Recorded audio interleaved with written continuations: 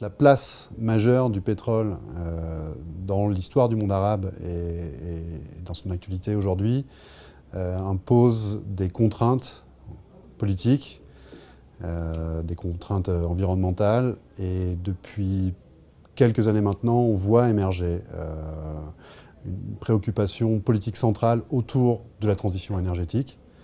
Le développement des énergies renouvelables est un phénomène que l'on voit apparaître dans l'ensemble du monde arabe, rapidement, avec des projets économiquement très intéressants.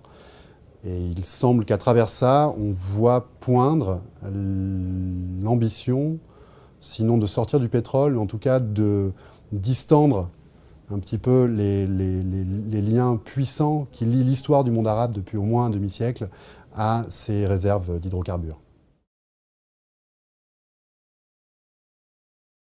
Oui, et on voit cette émergence des autres formes d'énergie, en particulier des énergies renouvelables, notamment chez les pays les moins bien dotés en hydrocarbures. C'est quelque chose d'intéressant. Et de voir également que ce ne sont pas uniquement des raisons économiques qui font qu'aujourd'hui il y a une énergie pour développer les énergies renouvelables.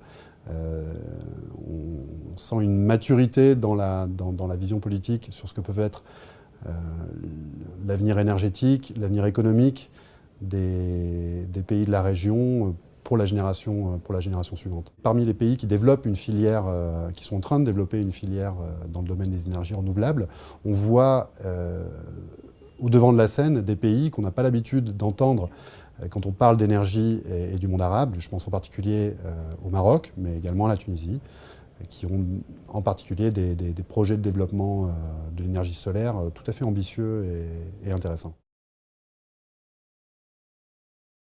Le premier défi, à mon sens, il vient de l'état des choses, l'état de la production énergétique aujourd'hui. Il y a une dépendance,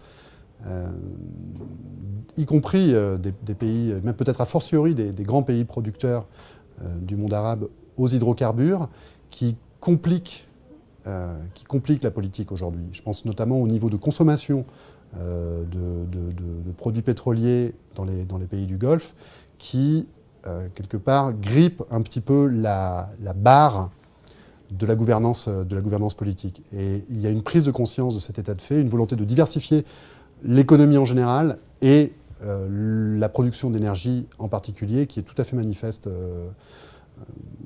à peu près chez tous les pays du monde arabe aujourd'hui, et en particulier ceux qui sont de grands producteurs d'hydrocarbures.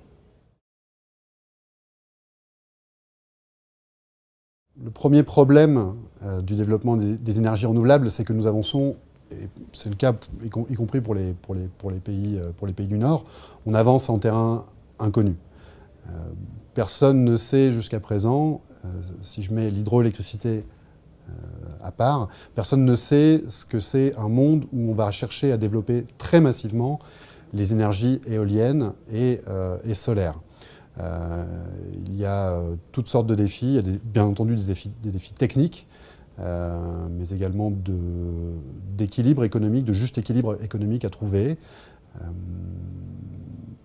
Et tout ça est en gestation, donc c'est extrêmement intéressant comme observateur de regarder l'évolution qui est vraiment, qui est vraiment émergente, qui a quelques années seulement.